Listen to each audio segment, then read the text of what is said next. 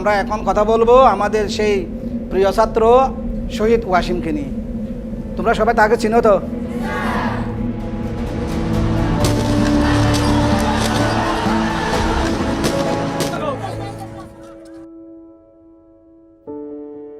আমি হলো ভালো একটা শিক্ষক হব। শিক্ষকতাটা আমার পছন্দ হয়, এ কথা বলতো সবসময়। তো ওর একটা ইচ্ছা ছিল যে দেশ দেখবো। ও মিথ্যে কথা বলতে পারতো না, মিথ্যে কথা কারো কথা পছন্দ করতো না, মিথ্যে কথা বলতো না। আমার চাইলে আমার এখনো মনে করি ছোট্ট করে আমার আছে। ফেসবুকে স্ট্যাটাস দিছিল যে সাধারণ শিক্ষার্থীদের পাশে আমার পানির সংগঠন, আমি এই পরিচয়ে শহীদ হব, এরকম বলে 16 ঘন্টা পরেই শহীদ হয়ে গেছে। 17 তারিখ ভোর 6টার দিকে এখানে রাস্তা দিয়ে লাশবাহী গাড়ি ঢুকতেছিল। ভাইয়া যে শেষবারের মতো লাশবাহী গাড়িতে করে ভাইয়ার নিরন্তর দেহটা যে আসতেছে, এটা বাবাকে দেখাচ্ছিলাম তখন। তো বাবা কিছুক্ষণ পরে অজ্ঞান হয়ে গেছে ওখানে।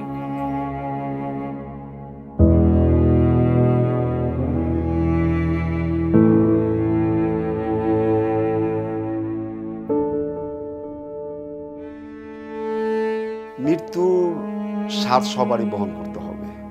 ছেলেকে কুরবানি দিয়েছি, ছেলে কুরবানি হয়েছে দেশের স্বার্থে।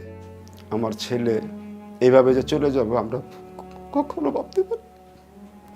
মিরাজ তো আমার ছেলে না, আমার বন্ধু ছিল। ও বুঝতো যে এখন বাবার পকেটে পয়সা নাই, ও বুঝতে পারতো একটি বাবার কাঁধে ছেলের লাশ যেই বাবাই বহন করছে সেই জানে।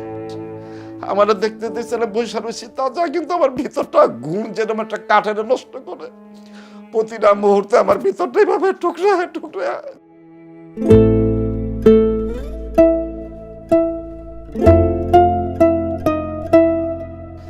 যেখানে দেখতে পাচ্ছেন সাদা তীরটা, এইটাই আমার মিরাজ। আর যাতে কোনো বাবার সন্তান না হারিতে হয়।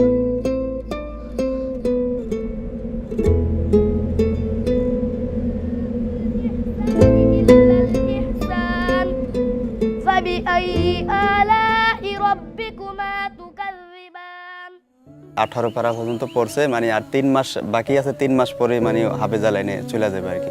এমনকি যেদিন গুলি লাগে সেদিনকা মহররমে রোজা ছিল, তো মূলত রোজা অবস্থায় আর কি গুলিটা লাগে ওর পেটে। ও একটা বাসায় থাকতো, যেই কয় টাকা পাইতো এটা দিয়ে মানে আমার আব্বা আমার ওষুধ ভরি চলাইতো, আর আমরা যেটা ইনকাম করতাম এটা দিয়ে সংসার চালাইতাম। খুব ইচ্ছে ছিল মানে বাবা মারে নিয়ে হজ করতে যাইবে, এটা খুব ইচ্ছে ছিল আর কি।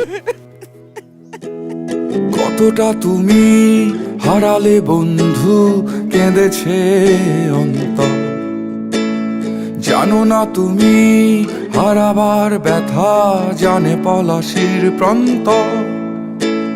হারিয়ে গেছে যেখানে মায়ের সোনার নলুকখানি, গোলা ভরা ক্ষেতের ফসল, সাজানো ফুলদানি।